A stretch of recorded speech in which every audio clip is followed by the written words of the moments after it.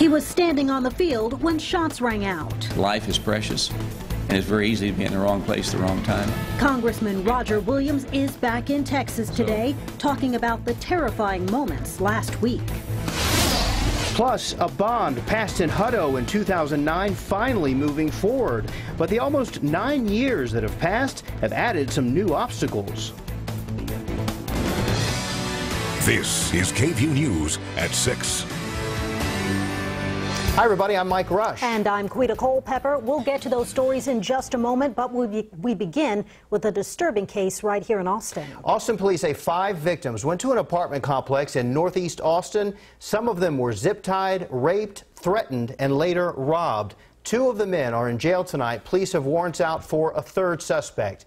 In total, there are 4 suspects involved in this case. 19-year-old Christopher Jaramillo of Austin is charged with aggravated sexual assault, aggravated kidnapping, and aggravated robbery. 23-year-old Dimitri Rogers, also from Austin, is charged with aggravated kidnapping and aggravated robbery. 20-year-old Emmanuel Greer is still out there, wanted on 3 warrants. The 4th suspect has not been identified. Investigators say 4 female victims left the Super 8 motel off I-35 near 290 late Friday night. One of them says she met with Greer a few days earlier and asked him for drugs. Police say to pick up the drugs, the victim went to an apartment complex off Burton Drive near East Oltorf. They say Jaramillo opened this door with his face covered, had a small handgun, and told one of the victims to go inside a bedroom. Police say she was then zip-tied and raped by Jaramillo and Greer. Investigators say the 2 then used her phone to text another victim waiting in the car, then zip-tied and raped her as well. 3 more victims went inside and were told to get undressed. One of the suspects told a victim to drive back to the motel where she broke away and called 911. Austin police are still investigating, so they tell us they cannot release much more on this case. In other news today, Austin leaders want a judge to step in and stop Senate Bill 4. Mayor Steve Adler and several members of council just wrapping up a news conference right now. They filed briefs with a federal court today, laying out why they say this law is unconstitutional. Senate Bill 4 violates the Constitution. It says pretty explicitly that the governor and the attorney general have the ability to remove from public office elected officials that would endorse a policy different than that represented in Senate Bill 4. And I just want to say that we're here today endorsing policy that is in contrary to Senate Bill 4, because that law is it's wrong and it's not just.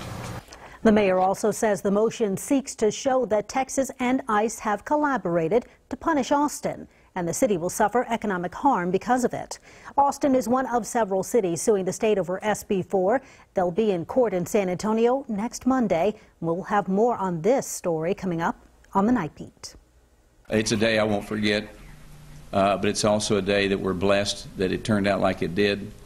Texas Congressman Roger Williams recalling the terrifying moments when a lone gunman opened fire on a group of Republican congressmen and their aides. It happened last week, as you remember, as they were practicing a charity baseball game. Congressman Williams was back in Austin today and talked with reporters about the attack. KVUE political reporter Ashley Godot was there and joins us live now from the Capitol. And Ashley, Williams hopes this shooting will spark changes around Washington.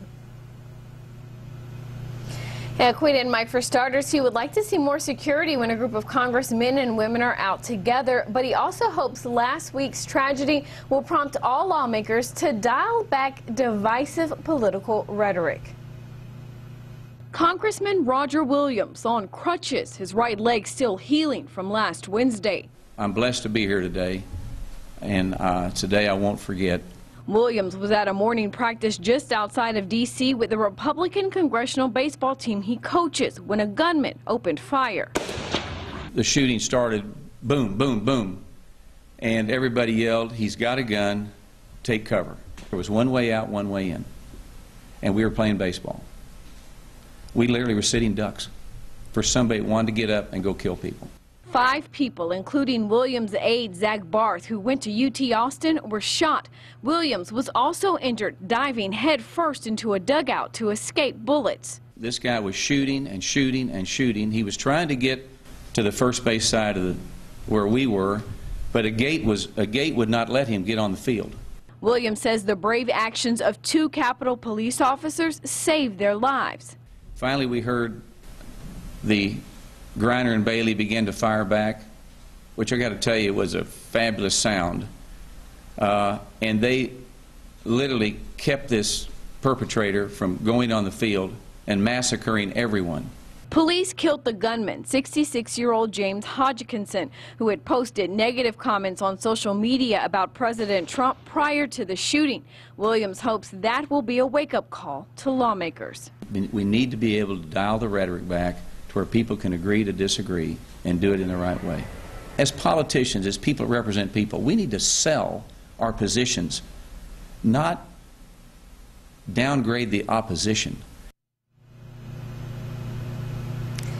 As far as Williams' injuries are concerned, he'll have to wear that boot for 6 weeks, and then we'll have to go through physical therapy for 6 weeks. But he's expected to make a full recovery. Of course, he says he still has to deal with the emotional impacts of what happened. Live at the Capitol, Ashley Goodo, KVUE News. Ashley, thank you. The congressman shot during baseball practice last week is showing signs of improvement.